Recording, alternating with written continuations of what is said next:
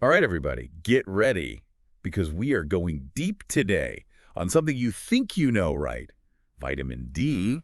Mm. But, oh, it's going to get so much more interesting than just, drink your milk and you'll have strong bones. So get ready to have your mind blown. Yeah, vitamin D is actually a lot more than just what most people think, right? It's not even just a vitamin, really. It's almost like a hormone. hmm And it's involved with like a huge percentage of our genes. We're talking 10%.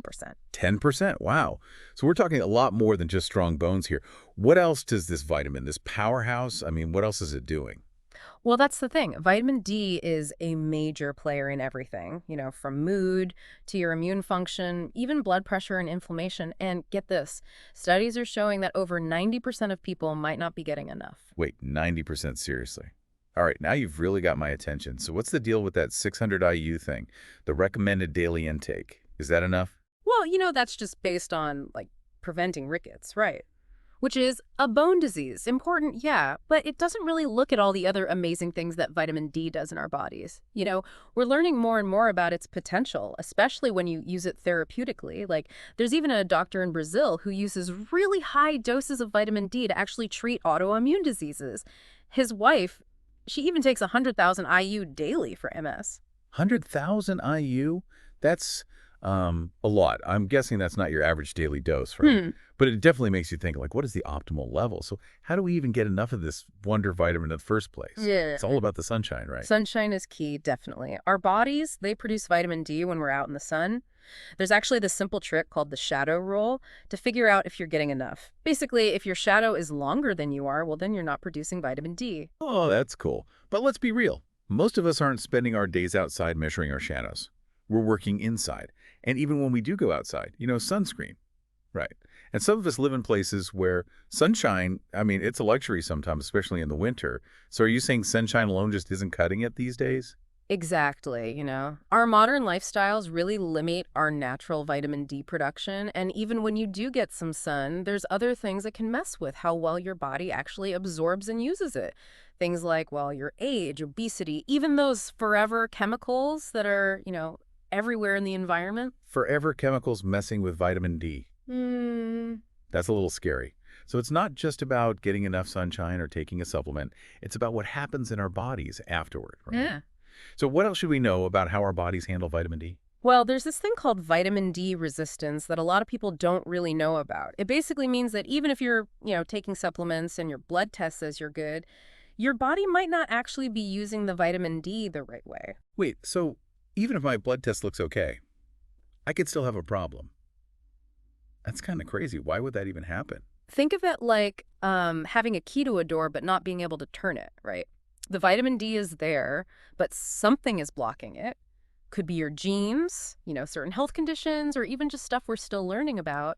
And that's why just looking at how much vitamin D you take without thinking about all these other things can be really misleading. All right, so we've got these potential deficiencies, right? Yeah. And our lifestyle's kind of working against us, and even our own bodies maybe not playing along.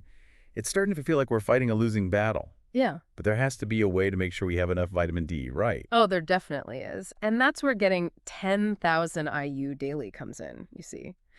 Research is showing that for most people, 10,000 IU is what you often need to bring your vitamin D levels up to where they should be, right? Especially with all the things we just talked about, like how we don't get enough sun and it's not absorbed as well as it could be. 10,000 IU. That does sound like a pretty big jump from that 600 IU we hear about all the time. I can see why people would be kind of hesitant. But if you're saying that's what you need to actually make a difference, all right, I'm listening.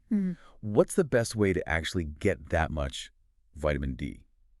Well, safe sun exposure is a good start, of course, but we know that's not always going to happen. So usually the most effective way is supplementation.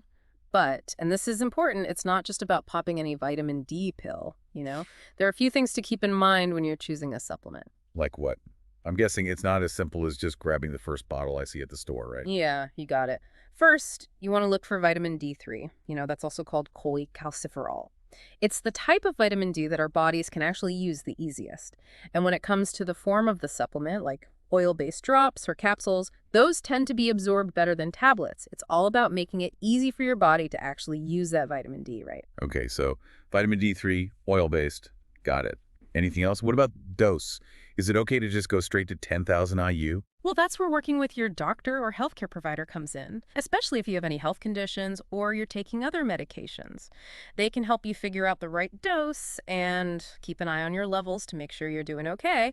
And hey, remember that magnesium thing we talked about earlier? Oh yeah, magnesium's like vitamin D's best friend, right? Exactly. When you increase your vitamin D, it actually increases your need for magnesium too. It helps vitamin D do its job right. So when you're looking for a supplement, it's a good idea to find one that has both vitamin D3 and magnesium. Kind of a two for one. Makes sense. And you mentioned K2 and zinc working with vitamin D too, right? Should we be thinking about taking those as well? Yeah, you're getting it. Adding K2 and zinc can be a great way to get even more out of your vitamin D and just help your overall health. Yeah. It's like, creating a team in your body. They all work together to keep you feeling good. I like that, a team. Okay, so we've got the supplement thing down, but are there ways to get more vitamin D naturally? I mean, besides the sun, like are there any foods that are really high in it? Well, there are some foods that are okay sources of vitamin D, like fatty fish, salmon, mackerel, tuna, and egg yolks too.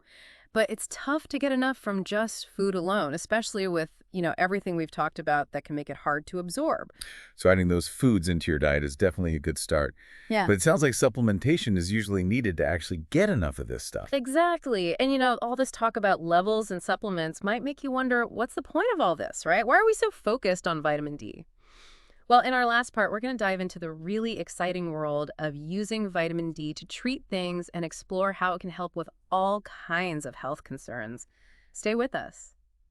Okay, we're back, and we're ready for the last part of our vitamin D deep dive. We talked about a lot, like how our bodies even make vitamin D and then how they absorb it. Hmm. And we even got into choosing the right supplements. But now, let's get to the really good stuff, the therapeutic uses of vitamin D. Yeah, we've been talking about how important vitamin D is for your health overall, but now we're going to look at how you can actually use it to help with specific problems. This is where things get interesting because we keep learning more and more about what vitamin D can do. So we're saying it's more than just a daily supplement. It's like almost like a targeted therapy sometimes. Exactly. And of course, you always want to work with your doctor, but there's more and more evidence that vitamin D can play a really big role in preventing and even managing a whole bunch of health conditions. You mentioned a doctor in Brazil who was using like high doses of vitamin D to treat autoimmune diseases. What other conditions are people looking at? Well, there's a strong connection between vitamin D and, your heart. Studies show that if you don't get enough vitamin D, you're at a higher risk for heart disease, stroke, and high blood pressure even. And remember, we said that vitamin D can help control blood pressure. So having the right amount could really protect your heart. Yeah, it all comes back together, right? It's Yeah. not just one thing. It's how vitamin D affects so many different parts of your body. What about mental health? We talked earlier about not having enough vitamin D and how that can be linked to depression and anxiety. Is there more to that? Oh, definitely. Research is showing that vitamin D might even be involved in how your mood is regulated and even how your brain works. Studies have shown that people with higher vitamin D levels tend to have a lower risk for depression and problems with thinking as they get older. So, wow, could getting enough vitamin D actually help us stay mentally sharp?